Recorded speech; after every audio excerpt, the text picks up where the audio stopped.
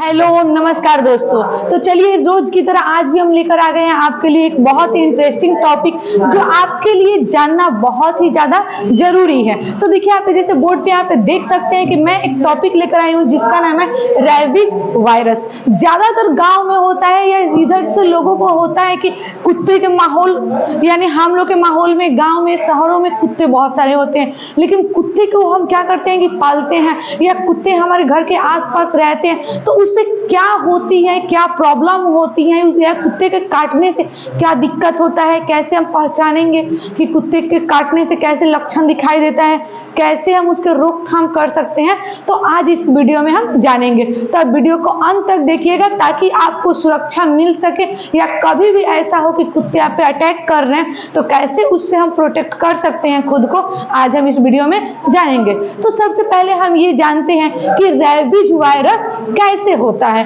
यानी कुत्तों में रैबिज वायरस होता है तो वो हमारे शरीर में कैसे आता है।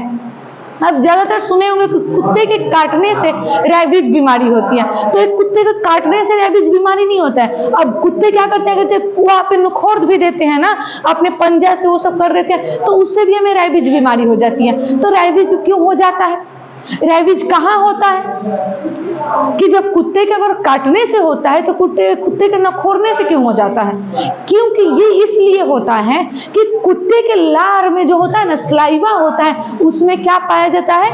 वायरस पाया जाता है, रैबिज वायरस पाया जाता है। और रैबिज वायरस आप देखेंगे ज्यादातर कि कुत्ते के मुंह से लार टपकता रहता है और कुत्ते कभी इधर खुजलाते कभी इधर खुजलाते कभी इधर करते रहते हैं, तो उनके जो पंजे होते हैं उनमें भी क्या होती है, उनका लार का जो होता है लार वो उसमें चिपक जाते हैं, और जब वो लार में ही क्या होते हैं, रैबिज वायरस होते हैं। तो रैबिज वायरस जब उनके पंजे में चिपका तो पंजे में तो रह गया, तो अब आपको अटैक करेगा तो आप में भी आ जाएगा।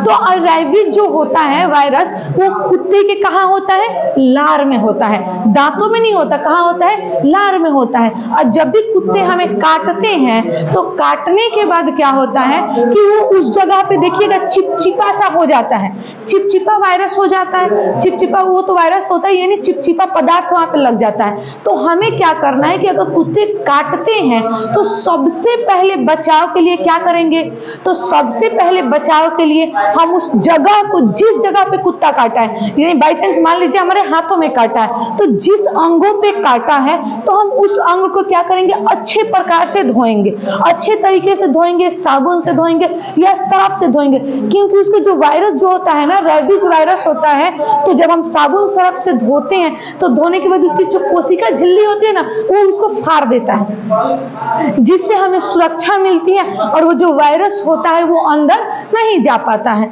तो ये है कि हम उसको कर सकते हैं, यानी जब भी ऐसा हो तो आप तुरंत उसको क्या करेंगे, अच्छे से धोएंगे। अब ये नहीं कि थोड़ा सा ऐसे धो दिए उसके बाद क्या अच्छा हो गया तो हो गया, नहीं, वैसे नहीं करना है। आपको कम से कम 5, 10, 15 मिनट तक उसको अच्छे तरीके से धोना है, अच्छे तरीके से धोकर, और तब हम डॉक्टर के पास जाएंगे, उसका इंजेक्शन होता है 6 गो, उस इंजेक्शन को लेंगे और तब हम अपने आप को प्रोटेक्ट करेंगे। ये नहीं कि घर पे नहीं बताएं और धीरे धीरे वो क्या होता है, आगे बढ़ जाता है। तो ये तो रहा कि वायरस काटने से, कुत्ते के काटने से होता है, और कुत्ते के काटने से हमारे शरीर में कहाँ फैल जाता है वो वायरस, हमारे शरीर में कहाँ जाकर कैसे वो अपनी संख्या को बढ़ाता है, हम इसको आगे देखते हैं। तो क्या होता है ना कि जब भी कुत्ते हमें काटते हैं तो कुत्ते के लार में क्या होता है, स्लाइवा में रैबिज होता है, रैबिज वायरस होता है, और वो धीरे धीरे हमारे नसों से हमारे शरीर में पहुंच जाते हैं। कहाँ पहुंच जाते हैं,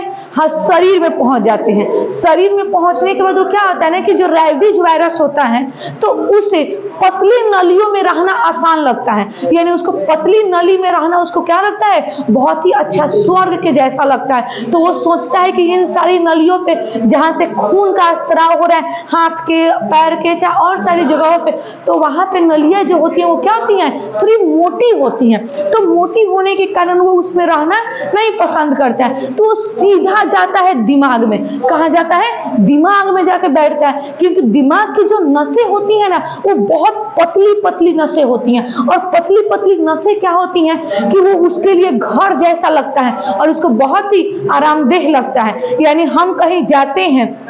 धूप में जाते हैं तो कहीं छांव की तलाश करते हैं, और जब भी कहीं छांव मिल जाता है तो हम क्या करते हैं, आराम से बैठ जाते हैं, दूसरे को भी बुलाते हैं, आ जाओ आ जाओ, यहाँ पे क्या है, अच्छे से जगह है, आराम से बैठेंगे। तो ये रैबिज वायरस भी वैसा ही होता है कि अपना घर खोजता है, और उसको घर कहाँ मिलता है, हमारे दिमाग में मिलता है, और वो आराम से बैठ जाता है और दूसरे को भी बुला लेता है कि आ जाओ आ जाओ आ जाओ, और आकर सब बैठ जाते हैं। उसके बाद धीरे धीरे धीरे धीरे अपनी संख्याओं में वृद्धि करता है, और रैबिज क्या करता है, अपने दिमाग संख्याओं को वृद्धि करता है। तो वो मान लो आपको अटैक कहाँ कर रहे हैं, हाथ में करता है तो हाथ में करते, अगर पैर में करता है तो पैर का इस्तेमाल करते, लेकिन वो सबसे ज्यादा अटैक तो हमारे दिमाग पे करता है, और दिमाग ही तो हमारे शरीर का संतुलन बनाता है। तो इससे क्या होता है कि हमारे शरीर की संतुलन बिगड़ जाती है। तो आपको ये समझ में आ गया कि ये कहाँ पे जाकर रैबिज वायरस कहाँ पे जाकर इकट्ठे होते हैं, कहाँ पे रहते हैं,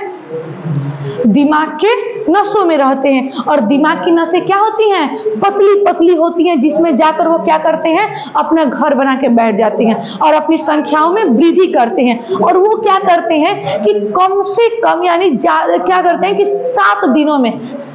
अपनी संख्याओं को बढ़ा लेते हैं, और आपके पूरे शरीर में फैल जाता है, और उसके बाद क्या होता है, लक्षण दिखाई देता है। तो आपको कैसे पता चलेगा कि आपको रैबिज वायरस से प्रॉब्लम हो रही है, उसके क्या लक्षण है? तो लक्षण आपका 1 नंबर होगा कि आप सुस्त होने लगोगे, कभी कभी कुत्ते की तरह भौंकने लगोगे, किसी को काटने दौड़ोगे, कभी तुम्हें हवा से दिक्कत होगा, यानी कोई पंखा किया उससे तुम्हें डर लगेगा, आग से डर लगेगा, पानी से डर लगेगा। यानी ये सारी जब आपको लक्षण दिखाई दे तो आपको क्या पता चलेगा कि आपको क्या हुआ है,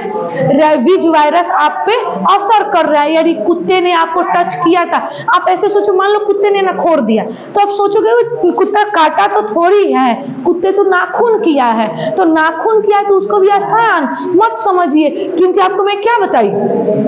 कुत्ते के काटने से ही हमें वायरस नहीं होता रैबिज वायरस, उसके नखोरने से भी हो जाता है। क्यों हो जाता है? क्योंकि उसके लार में जो वायरस होता है तो उनके पंजों में भी आ जाता है, क्योंकि वो कभी इधर करते हैं, कभी इधर खुजलाते, कभी उधर करते हैं, तो ये सारी क्रियाएं करते हैं, तो उनके क्या होता है, पंजों में भी वो वायरस आ जाते हैं। तो कभी भी अगर कुत्ते से आपको संपर्क हो या कभी भी आपको प्रॉब्लम हो तो आप क्या करेंगे, वो सारी चीजों को नॉर्मल तरीके से नहीं बनाएंगे, आप इसको सीरियसली लेंगे, अपने घर पे भी बताएंगे और इसको जल्द से जल्द इलाज करेंगे। क्योंकि ये वायरस जो होता है वो 1 सप्ताह में पूरी तरह फैल जाता है, अगर उससे भी ज्यादा आपका 7 से 8-9 दिन हुआ तो आपको क्या हो सकता है, उससे मृत्यु भी हो सकती है। तो आज के वीडियो में हम आपको बताएं कि रैबिज बीमारी कैसे होता है, उसके वायरस कहाँ जाके रहते हैं, और कैसे हम उसके लक्षण को पहचान सकते हैं, कैसे उसका रोकथाम कर सकते हैं। तो अगर आपको हमारा वीडियो अच्छा लगा तो हमारे चैनल को लाइक कीजिए, सब्सक्राइब कीजिए,